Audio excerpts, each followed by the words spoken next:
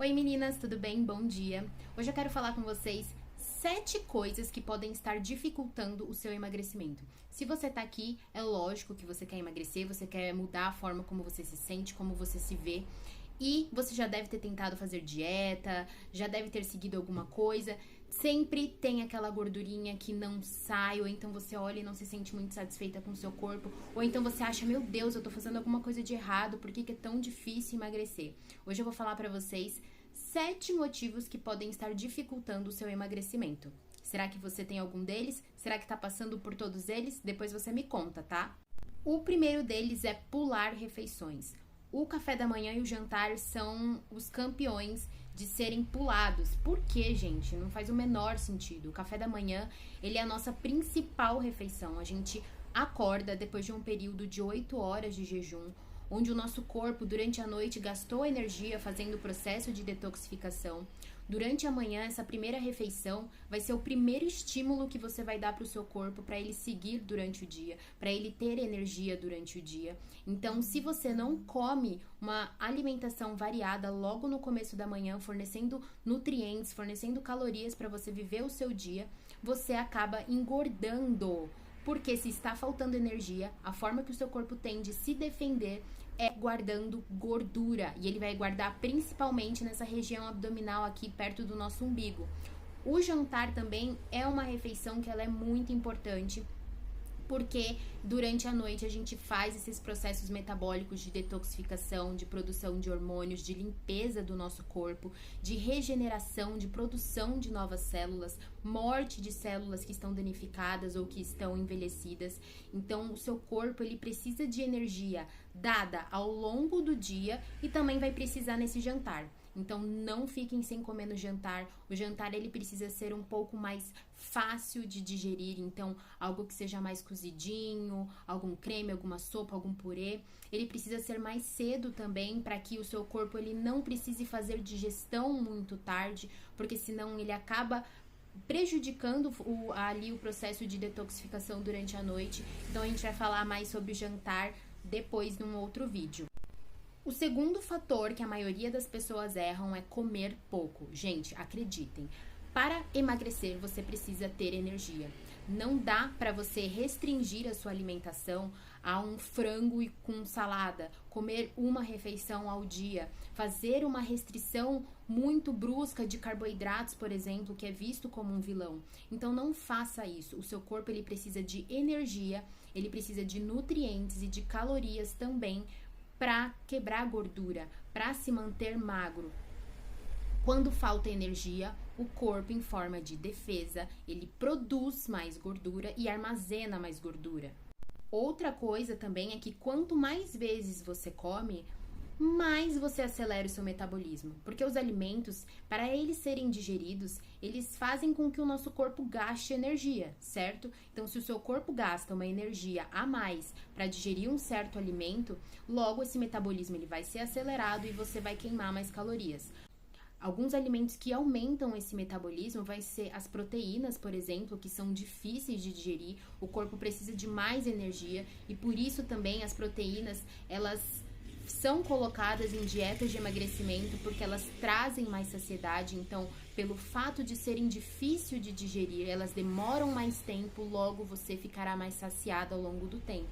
Outra coisa também são as fibras. Então, folhas, legumes, sementes, frutas, tudo isso vai demorar muito mais para ser digerido, logo vai gastar mais energia, logo vai gastar mais caloria. Então, não comam pouco. E não tenham medo de comida de verdade. Os alimentos de verdade, eles têm pouquíssimas calorias. É bem diferente de alimentos industrializados, por exemplo, e refinados. O terceiro fator é consumir muita cafeína ou muitos estimulantes, por exemplo. Então, quem toma um energético ou quem come muito açúcar, por exemplo, está sempre hiperestimulando o organismo. E fazer com que o corpo fique acelerado o tempo todo deixa ele num estado de tensão.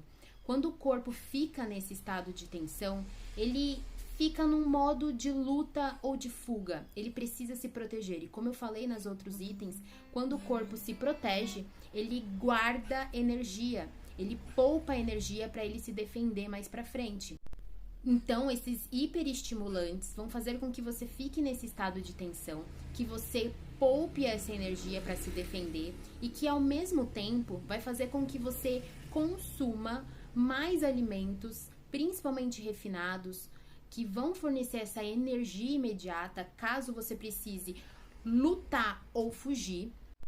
Então, esse organismo estressado vai fazer com que você queira comer mais, porque para ele você precisa comer para se defender. Então, ele vai guardar também essa energia porque é excedente.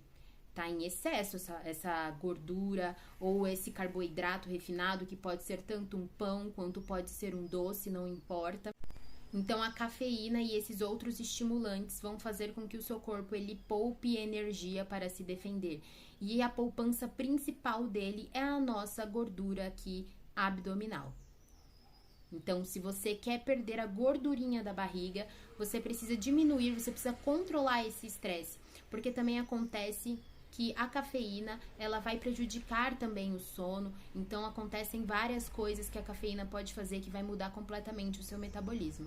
Entrando no quarto fator que eu já falei aqui, então, é ter uma boa noite de sono. A cafeína, por exemplo, ela vai superestimular o seu corpo durante o dia. Isso pode prejudicar com que você pegue no sono.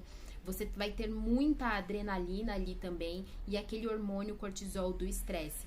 Então, você pode ter dificuldades ao tentar dormir, vai acabar dormindo muito tarde. Ou então você tem um sono que é consciente, você fica em estado de vigília. Então, quando você tem um sono prejudicado, automaticamente já no próximo dia, você acorda muito mais cansado porque você não descansou. Então, você vai precisar de mais energia. Então, o seu corpo faz com que você coma mais, que você queira comer a mais.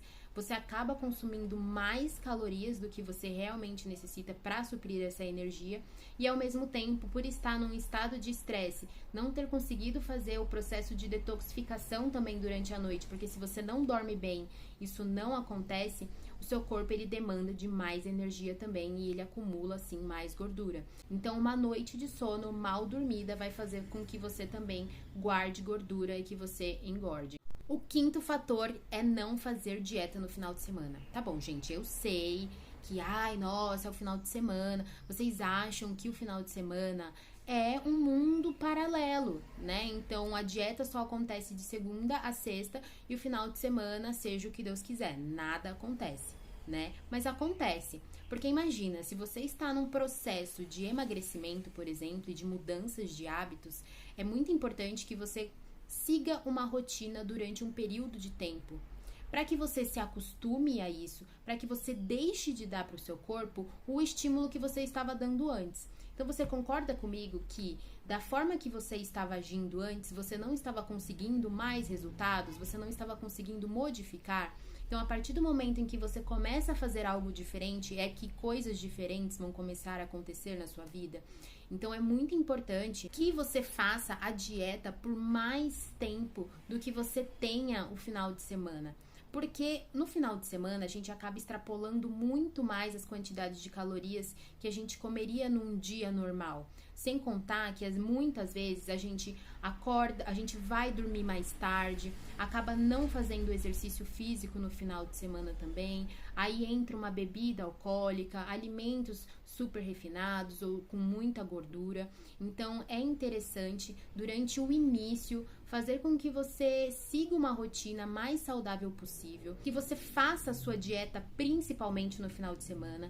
Eu não estou dizendo que você não possa comer o que você gosta ou que você não possa ser feliz comendo, não tem nada a ver.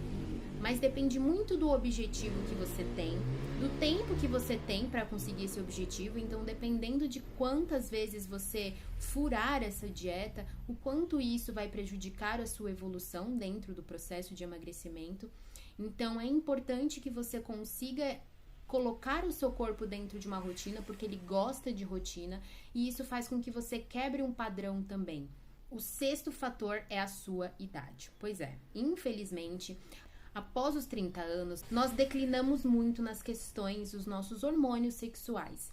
Os nossos hormônios, principalmente o estrogênio, ele vai fazer com que a gente gaste, com que a gente queime gordura. Ele também é vasodilatador, ou seja, quando ele diminui o estrogênio, a gente tem uma menor vasodilatação. Então, isso vai fazer com que a gente inche mais. Isso vai fazer com que a gente guarde mais gordura também. Isso vai aumentar um pouco a resistência à insulina. Então, diversas coisas vão acontecendo. Uma queda do metabolismo, uma queda e uma perda maior de massa muscular. Então, quando a gente tem uma diminuição da massa muscular, a gente tem uma diminuição do metabolismo também. Então, entrar na menopausa, por exemplo, é um fator de risco para o ganho de peso, por diversos fatores que vão acontecendo pela diminuição desses hormônios. Então, a gente precisa trabalhar em cima dessa menopausa, tentando equilibrar ao máximo esses hormônios através da alimentação, através de hábitos, através de práticas de exercício, para que você tenha uma qualidade de vida emagrecendo, mantendo o metabolismo, mantendo a massa magra. Então, não é impossível emagrecer depois da menopausa, é super possível sim, mas é uma coisa que precisa ser muito mais controlada. A pessoa tem que ter um comprometimento muito maior para seguir o que precisa ser feito 100%. E o 7º fator não podia faltar é a atividade física.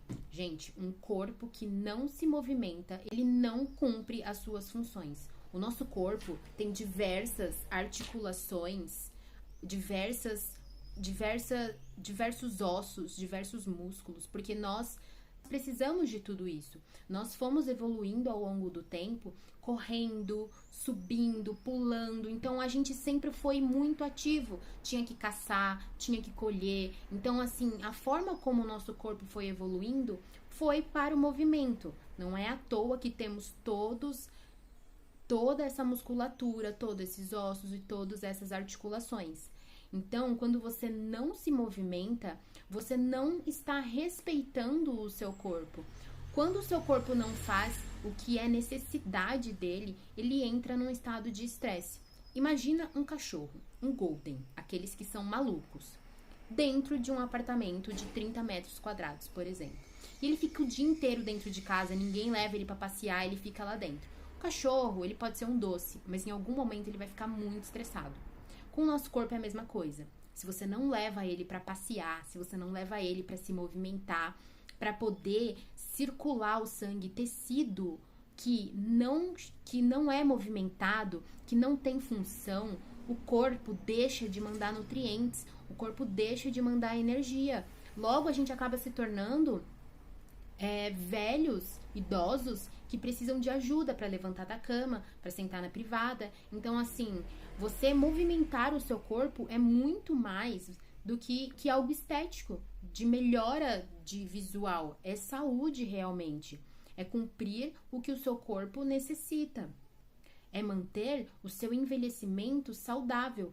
É ter autonomia quando você envelhecer, é não ter que precisar de outras pessoas, é manter o seu organismo se movendo, acontecendo. A nossa batata da perna, por exemplo, é esse músculo que bombeia o sangue para cima. Se você não movimenta o seu corpo, se você não anda, se você passa muito tempo sentado, sabe? Se você não respira, se você não movimenta, não tem circulação, não tem formação de energia, fica tudo meio que na marcha lenta.